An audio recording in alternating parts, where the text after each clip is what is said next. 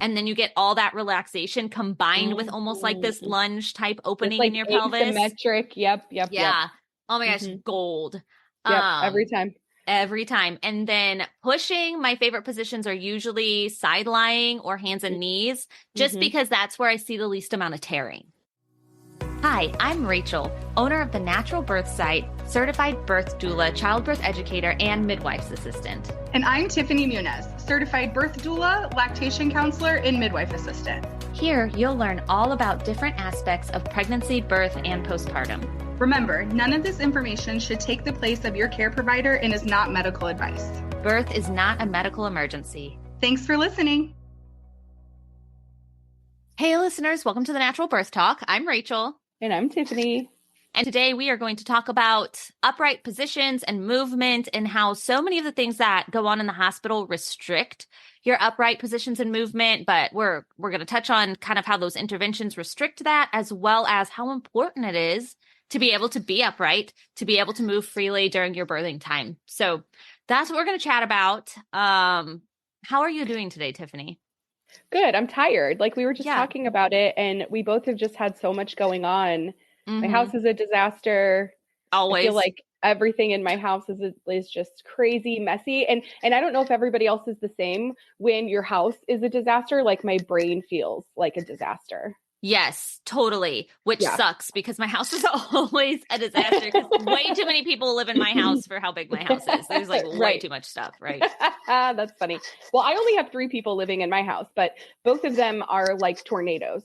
So yeah, it's ridiculous. It is. And then both of our kids had meltdowns last night. Like, yay, love that. So that was super fun. Guys, meltdowns happen. Yep, they do. You just gotta get through it. I don't know if either of us did as well as we could have last night. But I know. We made it. We're here. Hopefully they'll forgive us, right? Yeah, I'm sure they will. And we're here today. And so we are going to focus all of our energy on talking about ways to help you guys during your birthing time, specifically upright positions. So I wonder if maybe we should start out kind of like what like a typical hospital birth would look like. Good idea. Like the position of mom, the monitors that they have, that kind of thing. That's a good idea. So listeners, the rest of our intervention series episodes, we have had these, like Tiffany has put together these really beautiful outlines that have helped guide us through. So we stay on track. Mostly they're for me to stay on track because I'm the one who tends to digress a lot. We don't have that today. Neither of us were able to get around to that. And that's okay. Luckily, all of the information is in our heads. It just might be a little bit more scattered. Yeah. But we're going to make it through. Thankfully, this is stuff we teach our clients and we talk about, this kind of thing with our clients all the time. So hopefully we don't like get off track too much, but if we do, then it's probably good information to have anyway. So probably, yeah. You listeners just have to bear with us a little bit. Right. Exactly. All right. So I think starting with what a typical hospital birth looks like is a really good idea. Yeah. Okay. So I would say for a majority of women these days, a lot of them are getting induced. Yes, way too many. So like we kind of talked about, I think we've talked about it probably every episode, mom has an IV, which is hooked up to likely fluids, and that's hooked up to a pole that you kind of have to take around with you everywhere. You're hooked up to the fetal monitors on your belly, which are hooked up to the bedside recording machine, which is typically right next to the bed. And most often people are hanging out in their bed, whether, they're sitting or laying or sleeping, especially during those like early parts of the induction, or even early labor. Yeah. Yeah. And most of the time, even if you're not induced, this applies also, but most of the time those monitors, they're corded to the machine. So, a lot of hospitals have mobile monitors, but a lot of them don't like to use them, or they're quote broken, or they're not working, or they're dead, like batteries are dead. So especially during an induction, usually you're just kind of stuck right there in your bed and you have a little bit of movement, but not much.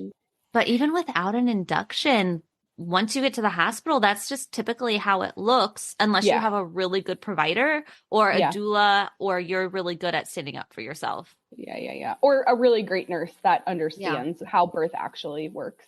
Yeah. And I think one thing to kind of consider and keep in mind this this whole episode is that sometimes even when you're hooked up to those monitors, like we talked about before, even when you're up and moving around, the nurses may come in and try to readjust every few minutes because when you get up and move around, they slip and slide. So moms might just be more apt to stay in bed so they don't like bother the hospital staff. Yeah. Yeah. Which is something that we really, as moms, we really got to get that out of our heads. Like they're there to help us. We are paying them to help us. Exactly. But then we go into a hospital and it's kind of this perceived authority where like the nurses and the doctors are kind of in authority. And so we just want to cause as few waves as possible. And a lot of times that includes we choose to just laying still in bed. Or, you know, if they're like, oh, the monitors will work better if you're in this position or whatever, instead of trusting our instincts and moving around, we tend to just kind of be compliant and lay still a lot of the time. And that's just not conducive to a really good vaginal birth most of the time. Right. Exactly. Yep. So why do we as doulas always recommend movement to our clients? It helps so much in just opening the pelvis and helping everything to be aligned and giving baby plenty of space and room and opportunity to move around and wiggle through the pelvis and to be able to be born. It uses gravity most of the time to help encourage baby to come down. It helps mom to not get sore also, just moving around, and it helps mom to be an active participant in her birth versus just kind of having birth happen to her. Yeah. Also, fun fact, it typically makes labor shorter too. Absolutely, when you're up and moving around. And often less intense because if you can move into the positions that you find more comfortable, that's going to help a lot. Yeah, for sure. Totally agree. Yeah. Go ahead. I was just going to say, you know, the World Health Organization highly, highly recommends upright position and movement in birth. They actually say that is a fundamental right for women, that all women should be supported in moving around as they choose during their birthing time. And I believe the American College of Obstetrics and Gynecologists supports that as well. Yeah. So it is a widely known fact. It's not just the opinion of doulas like, hey, this is what's helpful. Like the big health organizations support it as well. So if you're in a hospital that doesn't want you to move around, or you're with a doctor or nurse that doesn't want you to move around, that is not evidence-based direction. And nor is it following the big health institutions. Like they're not listening. Right. Exactly. I think it's also really important to point out too, that even if somebody chooses to get an epidural, you can still utilize movement even with an epidural or other forms of pain medication or management. So Rachel, just like I've had several clients who have chosen to get epidurals for whatever reason. And one thing that us doulas really like to do is keep our clients moving even after they get the epidural. Typically how I do that is with the use of a peanut ball. Yep. And just like in, labor without an epidural, when somebody is up and moving around, there are certain positions that you can do with the peanut ball, depending on what level of the pelvis baby is in, to kind of like really maximize the space in your pelvis to help baby or to help facilitate baby's descent and rotation like through the pelvis. Yep. And peanut balls are a great way to do that. But even, I've had clients, I'm sure you have too, Tiffany, where even with an epidural, they'll be on their hands and knees for pushing. Oh, for as long as that strength is in their legs. Yeah. So another thing moms can do if they really want to move around for pushing is they can ask for the epidural to be turned down or turned off just for pushing. Yep. It does not have to stay on. And being able to feel things and move around for pushing can be incredibly beneficial in helping baby to get out. I mean, simple position change alone during pushing can be the difference between a shoulder dystocia or no shoulder dystocia, right? Like, and that's where the shoulder gets stuck, the anterior shoulder or the front shoulder gets stuck on the pubic bone as the baby's head is out. And that is so much more common in moms who are birthing on their back. But so often it just takes a quick turn, to, even just to your side to get baby's shoulder unstuck. Yeah, because that brings up a good talking point. So when a mom is laying on her back, you lose the mobility of your sacrum, which is a bone that's attached to your pelvis that will move out of the way as baby is descending through the pelvis. But it's counterproductive to be on your back because obviously there is no mobility and it decreases the space in your pelvis by about 30%. Yeah. So whenever because it squishes it kind it of like makes it smaller. like when you squish a hamburger. Like, yeah. So that's something to just kind of think about too, right? Like if you do have an epidural and you're pushing, maybe instead of pushing on your back, push on your side, push on your hands and knees, push in like an assisted lunge if you are, have good movement, things like that. Absolutely. And even, squatting, I don't always recommend squatting for pushing because it tends to increase tearing, but squatting opens the pelvis by about 28%. So if you are having a bigger baby, or if you just feel the urge to be in a squat, or maybe you're having to push for a long time, a squat can be great. And most hospitals have a squat bar that attaches to the bed that you can pull on even with an epidural. Yeah. And that can open your pelvis a lot to allow baby out. And then gravity as well helps to bring baby down. Right. So, that's an amazing position, especially if you've been pushing for a long time. It's a really great way to help open things up. But back to the laying on your back thing, that sacrum just gets pushed close. And then when you just roll to your side, then your pressure is on your hip. And when you kind of press on the hips, that actually opens the bottom part of the pelvis. The outlet. Yeah. The outlet. Yep. And so you go from constricting the outlet, and then just a quarter turn to the side opens your outlet so much. And like I said, that can be a difference between baby's shoulder getting stuck or not getting stuck. Or it could be the difference between needing forceps and vacuum to help get baby out or not. It could be the difference between increased tearing or not. And it can decrease pushing time. So even just that simple move to the side is so helpful. And that's with or without an epidural. I guess we keep saying with an epidural, but. For sure. Yeah, no, obviously, yeah, with or without. But I do have some benefits of upright positions right here, if I could read them off. So this is both with like laboring and with pushing, utilizing upright positions. So you're more likely to have a reduction in pain levels, which we already kind of talked about. So that means less likely to request an epidural, less likely to require a cesarean for delivery. Like we said, upright positions can be utilized alone or alongside pharmacologic pain relief. It increases the space in your pelvis by about 30%. When looking at studies, there's a 21% reduction in episiotomy rates when looking at moms who utilized upright positions versus those who didn't. And then the most significant of all of them is that there is a 54% decrease in the chance that baby needs medical attention after birth.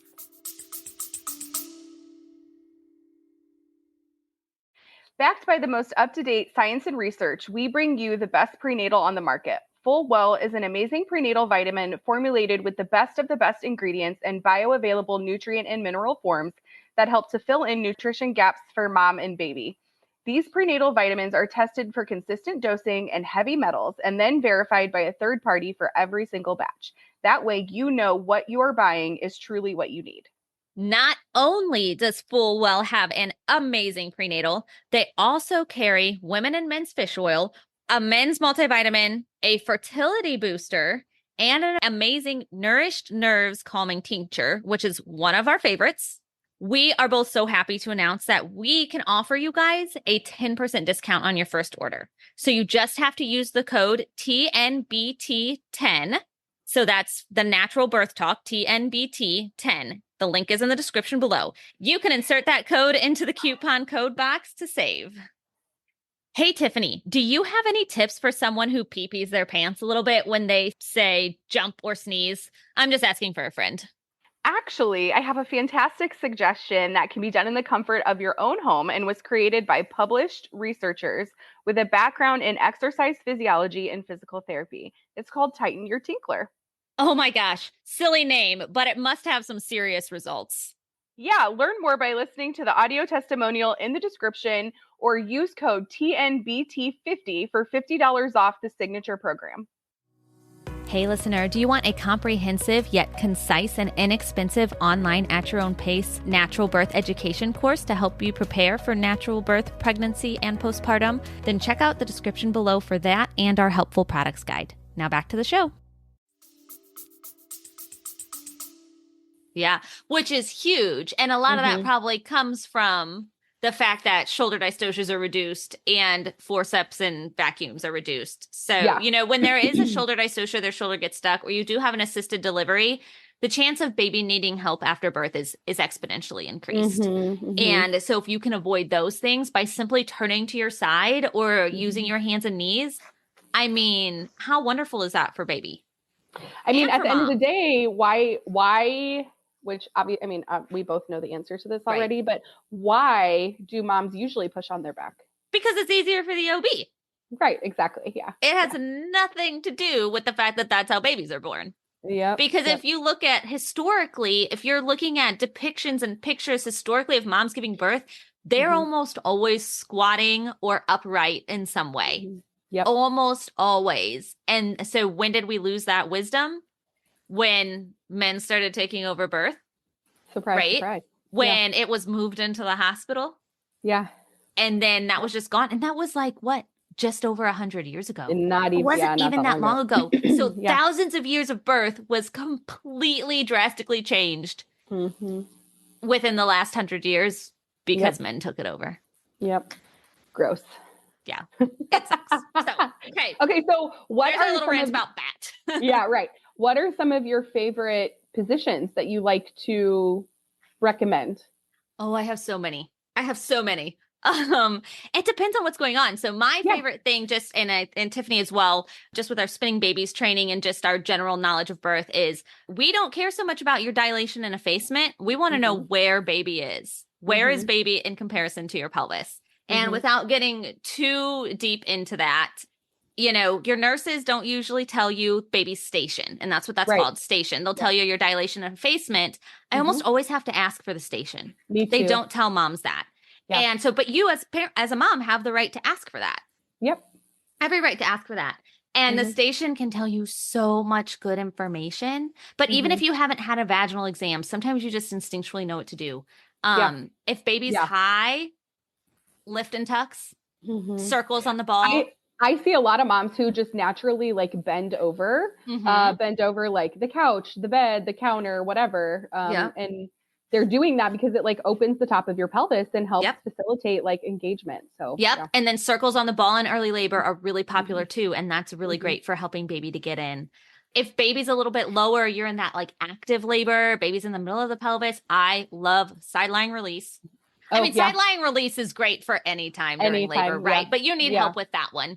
Things you can do on your own: side lunges, laboring on the toilet. I love side lunges. I love side lunges so much. I don't love them. I love to recommend them to my clients. I love the effects that come from side lunges. Right. It's funny because I talk to my clients, almost every single client, I talk to them about how there's probably going to be some point in your labor, where I may recommend certain things. A lot of times it's side lunges because they work so well. And it always comes with a disclaimer like, okay, so I might recommend these things. Obviously it's your body. You can absolutely say no, but yes, it will make maybe labor a little bit more intense. But that's a good thing most of the time, right? That's what I say about laboring on the toilet. I'm like, guys, toilet is dilation station. I know. It's so good, but it is much more intense because everything relaxes and baby's able to come down even lower.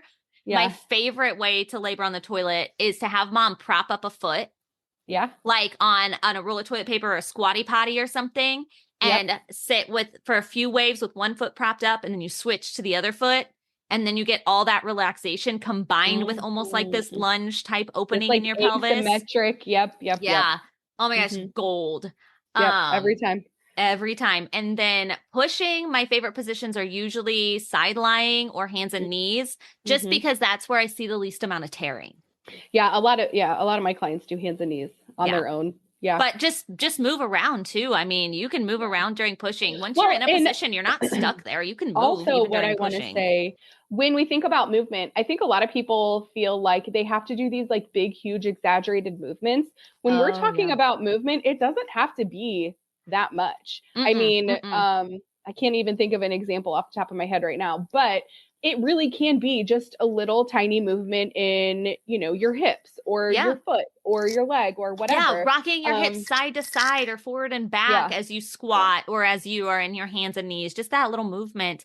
One of my favorite things for pushing too, especially for moms who have been pushing for a long time, like a couple hours or more, is, you know, a big, deep runner's lunge. Ooh, yeah. That I have seen so many times, babies that don't want to come out and don't want to come out. And all of a sudden mom gets in a runner's lunge and there's baby. Yeah. And sometimes you have to switch sides. But like you said, those little movements, if you're pushing on your hands and knees, pull your knee up and, you know, get in that runner's lunge. Yeah. And then switch sides. Like, Yep. When you think about your pelvis and like how big your pelvis is, we really only need a little bit more space when we're talking about it, you know. Just a few millimeters can make a huge difference. Right. So we don't need to make these big, huge, exaggerated movements. Of course, those will help too. But obviously, like Rachel and I and so many of our clients know, the closer you are to baby, the harder it is to make those big exaggerated movements, or it makes everything way more intense, or it makes you nauseous or really hot or really cold. So it doesn't have to be those big, huge position changes even. Yeah. Well, and I have a story, actually, my own story with Autumn. So, I mean, a lot of you know, if you've listened to it, I had a super duper fast labor with her. My midwife, none of my care team made it. It was my husband, my 3 children, 9 and under. And then the neighbor who I asked to take pictures for me, I was like, come in and take pictures. I don't know. That was my priority. Anyway, so I was like leaning on the side of my tub and like kind of a hands and knees, semi-squat type position, leaning on the side of my tub, and her head came out and I just felt this really weird pressure that I had not felt with my other children. And I could feel that her head wasn't rotating. It wasn't arresting like it's supposed to. Like she wasn't arresting. So it was like, crud, I think her shoulder's stuck. But I didn't have anybody there to help me. All I did, I went from that is I planted a foot. Like instead of being on my knees, I put one foot up and planted it on the ground, and she turned and she came out without a problem. Yep. That tiny little movement was all it took to completely avoid something that, had I been on my back in the hospital, could have become an emergency. For sure. Yep. You know, and that's all it was that tiny movement. And then the midwives got there 20 minutes later and everything was fine. So that's so funny. So funny. But just those little movements make they can make all the difference. They sure can. Yep. So what else you got? Well, you had a really long labor with PACS. So why don't you talk about, you know, some of the positions you used, and sometimes when you're in a longer labor, we do ask for bigger positions and bigger changes, like sideline releases or like a Walcher's type position. You know, a lot of times we'll like, hey, let's try those things. But anyway, with PACS, you had a long labor. What kind of stuff did you do? I honestly, I'm trying to think. I mean, it's been a few years. I spent a lot of time on the toilet. I got in the shower at one point, I used the ball. I think I did hands and knees for a little bit, but it was very uncomfortable for me because at that point, I think by the time anybody recommended it, it was like towards the end of my labor. Yeah. So I was like really exhausted. And this was before you were a doula too. Yeah, no, I felt like I was educated. I wasn't nearly as educated as I am now, but and I did have a doula and midwives as well. But I feel like it was just, I didn't really I don't feel like I used tons of upright positions, or it was just a lot of movement. Yeah. So like in the tub, resting for a little bit, and then out of the tub to the bathroom, and then sitting on the toilet for a little bit. That's and all then it takes sometimes. Yeah. And then like a supported squat with my husband, and then like back in the tub for a little bit, and then back to the bathroom, and then to the shower, and then to the bed. And then I think just getting in and out of the tub can be super helpful because of the way you move your legs to step over that edge to get in and out of the tub. Well, sometimes that makes the difference. Yeah. PACS was asynclitic, which we found out later. I had heard some like rumblings of like, ooh, I wonder where his hand is going to be whenever he comes out, or I wonder if he's posterior, or things like that. But I don't recall if anybody ever said like, hey, let's do some spinning babies. Let's do like sideline release. Honestly, even if they did, I may have said no to those things because I was exhausted. I was just having this conversation with my husband the other day. Like, I wish somebody would have looked me in my eyes and said like, listen, these things are going to really suck, but they're going to get your baby here sooner. You know what I mean? Like sometimes you just need that tough love, like. Right. And sometimes I have that same conversation with some of my clients. I'm sure you do as well. And I wish somebody would have said that to me, because I feel like if that would have been the case, I maybe would have been more inclined to do other things, you know. But yeah, I mean, it was fine. I ended up having him, and it was great. But even just those little movements can be so helpful. Yeah.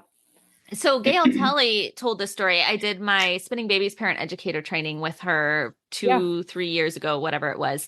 And she told this story during the training about this couple that came to her, and they had a C-section previously.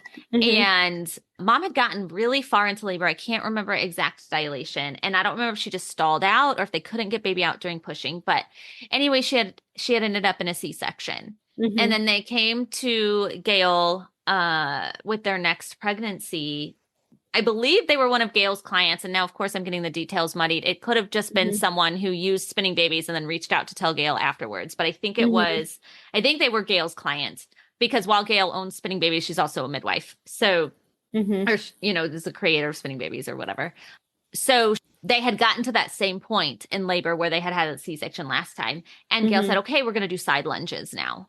And they did 3 side lunges on one side, 3 side lunges on the other side, and then switched back. And it was the 7th side lunge that all of a sudden baby was ready to be born and was born. Beautiful VBAC, without any complications. That's awesome. The dad was almost furious because he was like, 7 side lunges is all it took to avoid a C-section.